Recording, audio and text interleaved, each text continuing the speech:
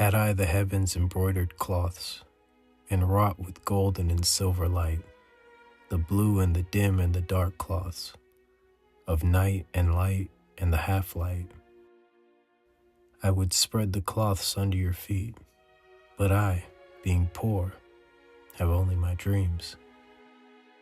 I have spread my dreams under your feet. Tread softly, because you tread on my dreams. This poem by W.B. Yeats serves as the overarching theme of the 2002 film Equilibrium. Due to the Old English that is being used, some of the meaning may be lost on you upon your initial glance of this poem, so let's do a quick breakdown. Had I the heavens embroidered cloths. Yeats opens up with a yearning. He's longing for something abstract and divine, something beyond his humble understanding, and wrought with golden and silver light. He begins to describe what he's looking for, something covered in gold and silver light, both grand like gold and tranquil like silver, the blue and the dim and the dark cloths, of night and light and the half-light. He begins to contrast his description, alluding to the fact that this thing he's looking for isn't only comprised of bliss, it's compiled of harmony and chaos, of delight and despair, of pain and ease, and everything that falls in between. But I, being poor, have only my dreams. He recognizes his limitations. The word poor here isn't only referring to material wealth, it's a lack of understanding. He realizes that even attempting to get what he lacks is futile. The only thing he has is his perspective on what this abstractness is. I have spread my dreams under your feet. He presents this humble interpretation to the universe for all to see. This interpretation could be something like a painting, a sculpture, a poem, a song, his life's work. It could literally be anything, because there is an art to everything. Tread softly, because you tread on my dreams. He pleads with both the subject of the poem and the reader. He has poured out everything that makes up the fiber of his being into this work. All he asks is that you treat it with care and respect. Be gentle with his work, because it is him. Let's dive into the film. Spoilers ahead. The backdrop of this film is the city-state of Libria. It was established by the survivors of World War III and is built on the ideology that human emotion is the root of all pain and suffering in this world. To combat this, they create a drug called Prosium 2. This drug serves as an emotional suppressant that leaves its users void of any ounce of feeling or impulse. In turn, the users become docile. They obey without question. They are numb to any tragedy. Despite these hindrances, they remain sharp, possessing both situational awareness and critical thinking. The perfect citizens. So what do all great citizens need? They need a role model, someone who can tell them the best way to live. In comes the father. He is the one who creates and enforces this newfound way of life. He is the one who knows best. Father's zealousness for suppressing emotion prompted him to declare any type of feeling illegal, punishable by death. Those caught feeling were labeled sense offenders. Let me enunciate that word so I don't get flagged by YouTube.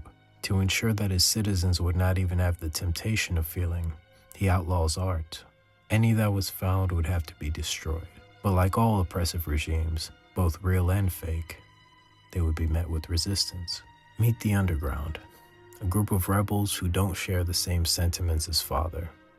They typically live on the outskirts of Libria called the Nether, and are subject to raids and exterminations on a daily basis.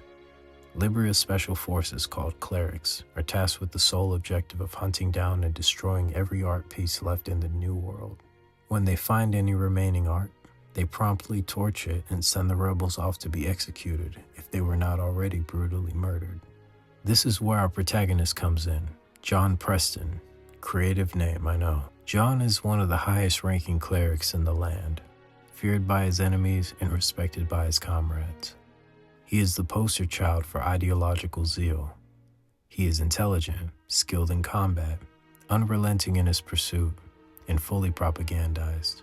But like all people, brainwashed or not, there's something human deep down, a chink in his armor that will continue to spread as the story goes. In the opening raid, John is seen kicking ass and taking names alongside his partner Errol, another elite cleric.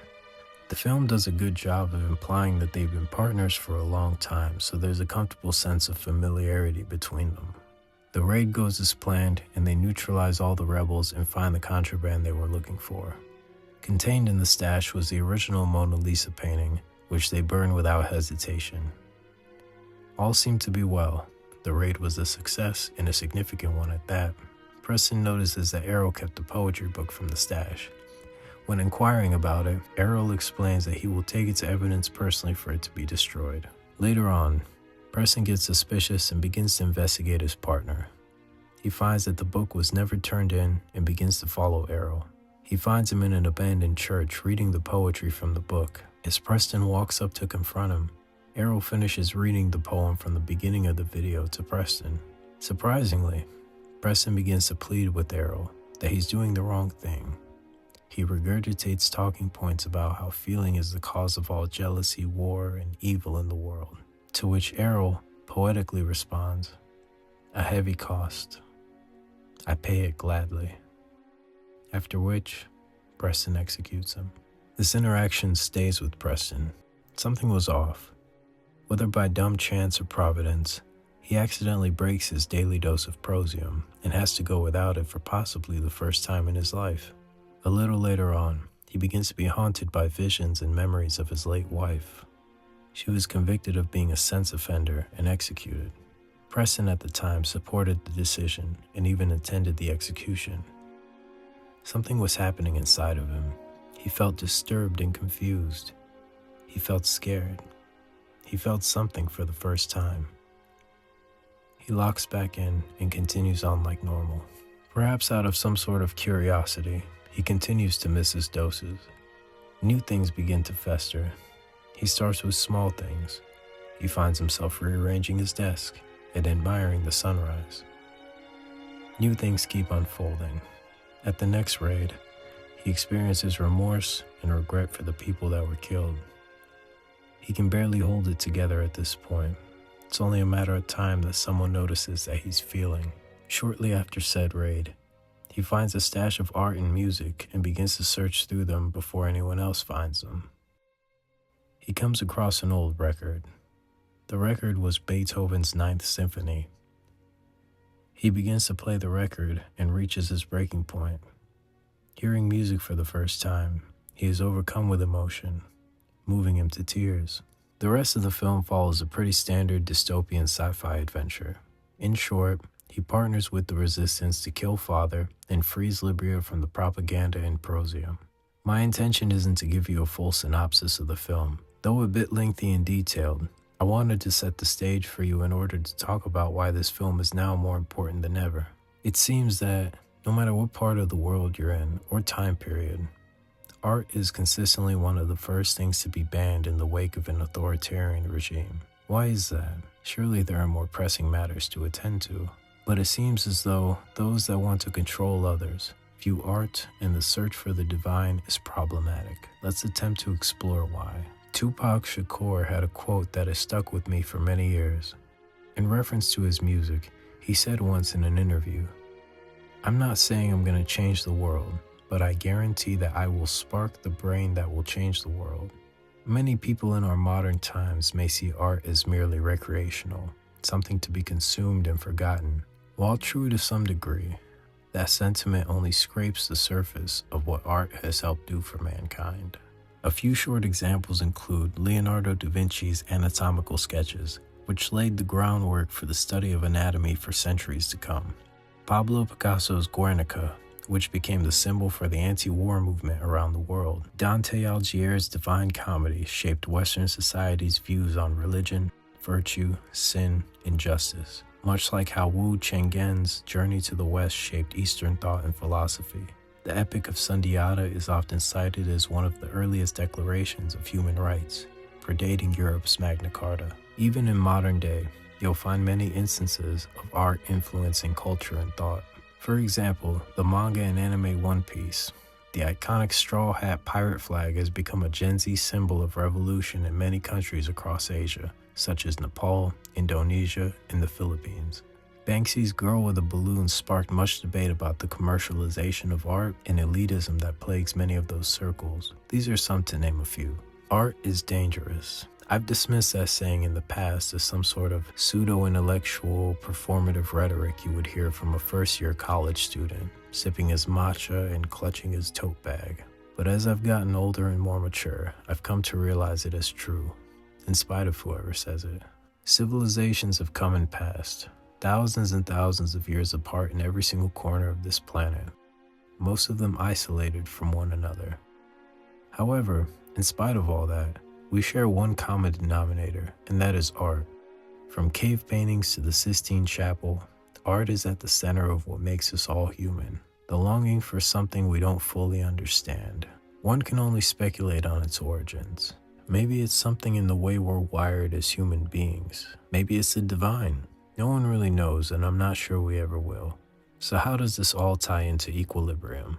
In Libria, art is contraband because it reminds people of what can't be quantified or controlled. While they seek perfection, art's beauty lies in its flaws. They champion security, while art champions vulnerability. The poem becomes a metaphor for what's lost under total control. People's dreams, empathy, and imagination. Preston's awakening mirrors Yeats' act of spreading his dreams. His rebellion is an act of laying those dreams back at humanity's feet. The danger isn't emotion itself, but the apathy that comes from stepping on dreams without realizing their value.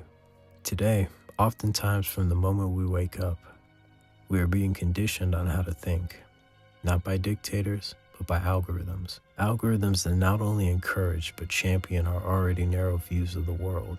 Much like the daily dose of Prosium, these algorithms give us our cheap dopamine fix on demand, suppressing us from our vulnerability, critical thought, and existential wonder. Some of the things on our feeds may look like art. It may even be presented as art. But most are cheap imposters.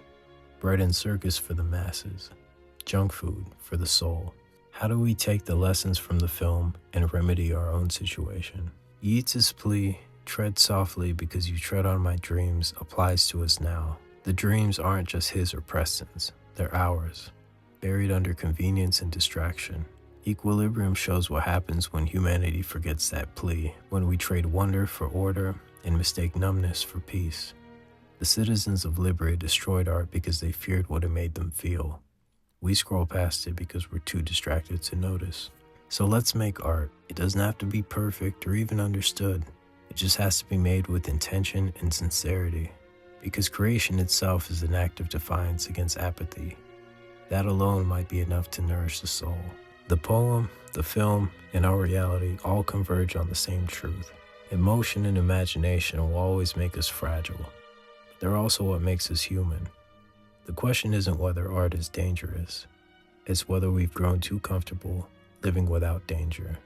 Thanks for watching. If you like these videos, please like and subscribe. It helps me a lot. I'll leave you with this. I think it fits nicely.